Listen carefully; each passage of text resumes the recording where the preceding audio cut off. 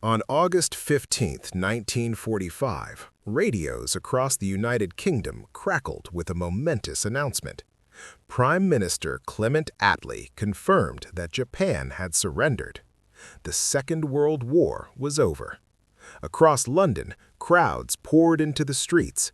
Piccadilly Circus became a sea of celebration as Britain rejoiced through the night. The British Empire had survived the war, battered, strained, but intact. Yet beneath the victory lay an uncomfortable truth. The war had exposed a far greater danger to Britain's power than any enemy fleet or army. The empire itself was beginning to unravel. A nation exhausted.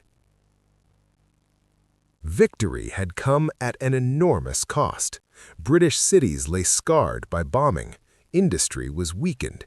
The government was nearly bankrupt, owing over $40 billion to foreign creditors by 1946. Britain now depended heavily on its wartime ally, the United States, for survival. But American support came with limits. Washington had little interest in propping up European empires. Funds from the Anglo-American Loan and the Marshall Plan kept Britain afloat, but they also reduced London's ability to act independently. As the Iron Curtain descended across Europe, global power shifted decisively. The post-war world was no longer shaped by old empires, but by superpowers. The United States and the Soviet Union dominated international affairs. Britain, once a global hegemon, now found itself a junior partner, struggling at home and overstretched abroad. Cracks in the imperial illusion. The Second World War shattered the myth of British invincibility. During the conflict, Britain relied heavily on its colonies to sustain the war effort. Yet in Asia, British power collapsed with stunning speed. Burma and Malaya fell as Japanese forces smashed through British defenses. Garrisons surrendered, naval forces were defeated. The image of Britain as an uncontested colonial master was humiliated before the world. Nowhere was this weakness more keenly felt than in India. The jewel begins to slip.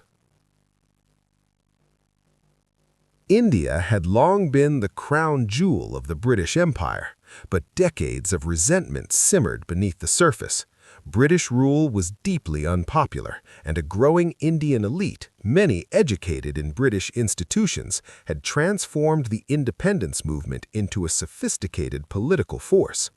The Raj strained under population growth, rising sectarian tensions, and an increasingly Indian-run civil service. Britain's long-standing strategy of divide and rule faltered. Exhausted, broke, and lacking the will to impose order on the vast subcontinent, Britain finally relented.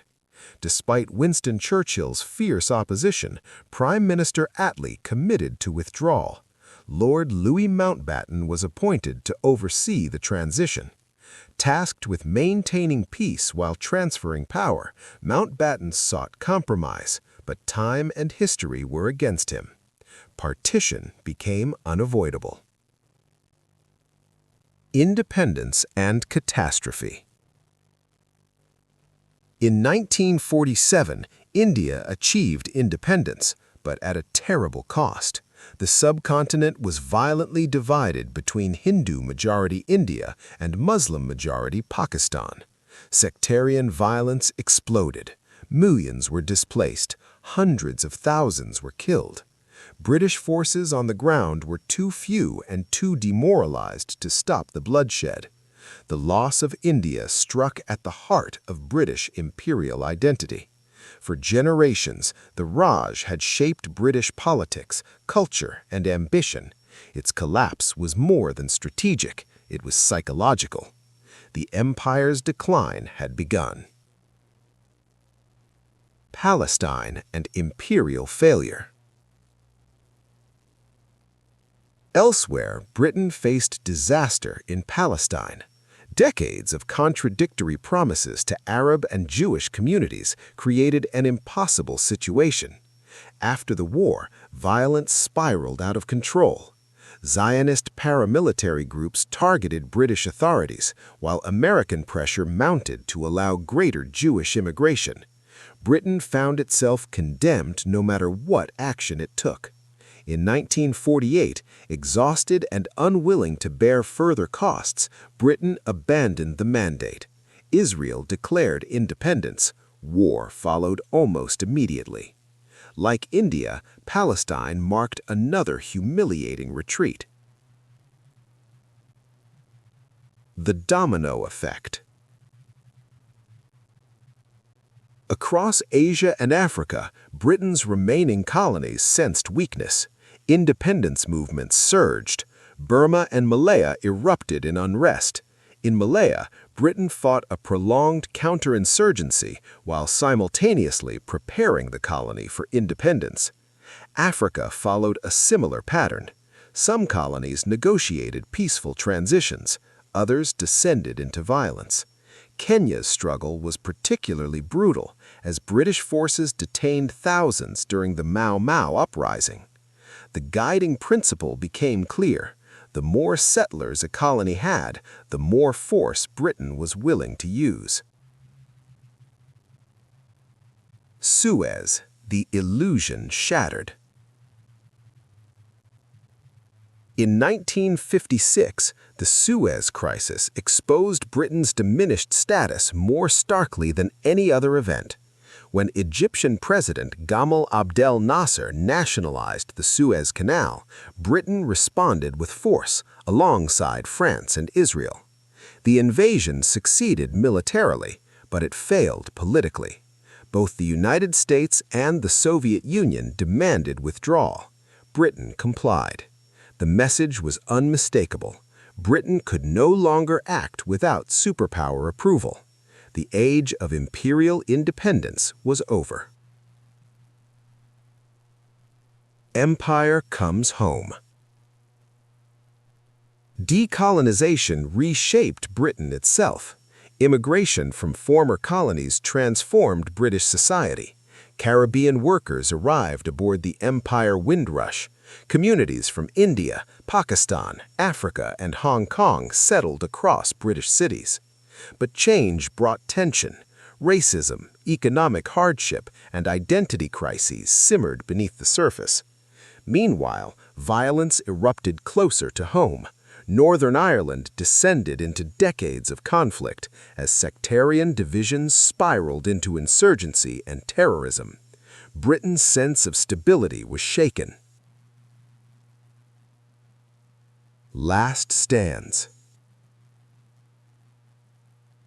Despite retreat, Britain clung to strategic outposts across the globe. Gibraltar, Cyprus, and Diego Garcia allowed Britain to project power beyond its size. In 1982, that resolve was tested in the Falklands War. When Argentina invaded the islands, Britain responded with force. Against expectations, British forces prevailed. For a moment, imperial pride flickered back to life, but it was an illusion. The final sunset. The last great chapter came in Hong Kong. Leased in 1898, the colony's return to China became inevitable as the 20th century drew to a close. On July 1, 1997, the Union Jack was lowered for the final time. As China's flag rose over Hong Kong, the symbolic end arrived at last.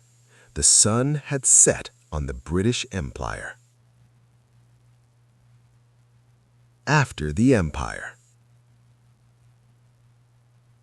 Britain emerged into a new world without empire, without dominance, searching for identity. Once the tide of decolonization began, it could not be stopped.